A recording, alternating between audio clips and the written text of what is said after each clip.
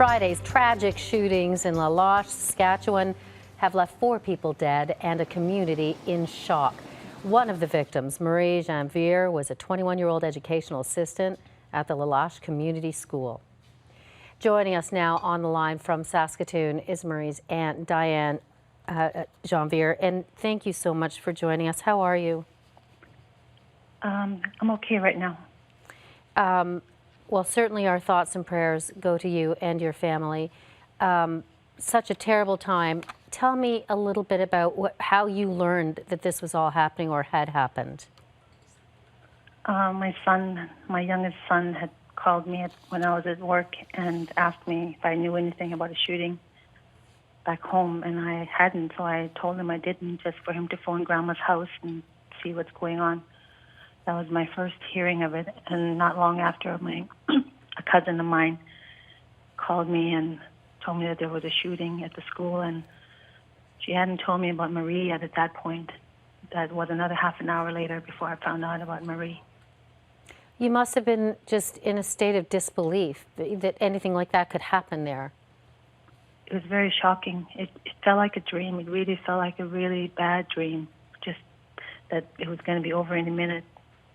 And the more news I heard, the more horrific it got by the minute.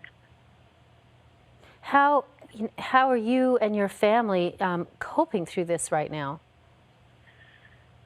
One of the ways, we are kind of in shock and numb to a certain point still. We are supporting each other. That's how we're coping. And, of course, right now there's all these logistical things that need to be looked after, that have to be looked after, even in our grief. So a lot of family members and friends are helping. We've come up to the city here to look after funeral arrangements. And so we're just helping each other the best way we can, and everybody's delegated to do certain jobs. It's not something that only one person can do. No, and a community pulling together. Can you tell us a little bit about Marie? Of course. One of the things I've been thinking about the last few days about Marie, and the last time I saw her and all the times I've ever seen her. I know for me, from my own experience with Marie, that when I'm around her, it just makes me want to be a better person, and that I can be a better person when I'm around her. She just makes being good so easy. And she was just so very good to people and very kind and really cared about people, and she just knew how to show it all the time, especially towards children. She loved children, and she was very good with them. I was going to ask you about that, because for someone to dedicate their lives to a profession of teaching, they're a special kind of person anyway. Tell me how she felt about teaching. Well, like I said, she loved working with children. She really wanted to work with the younger children.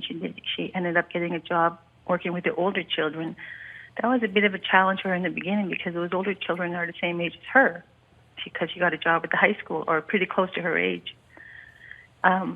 But she enjoyed it. She loved helping people. She wants everyone to do well. She wants everyone to do the right thing. So she enjoyed helping people and working with children at any age. You're helping them.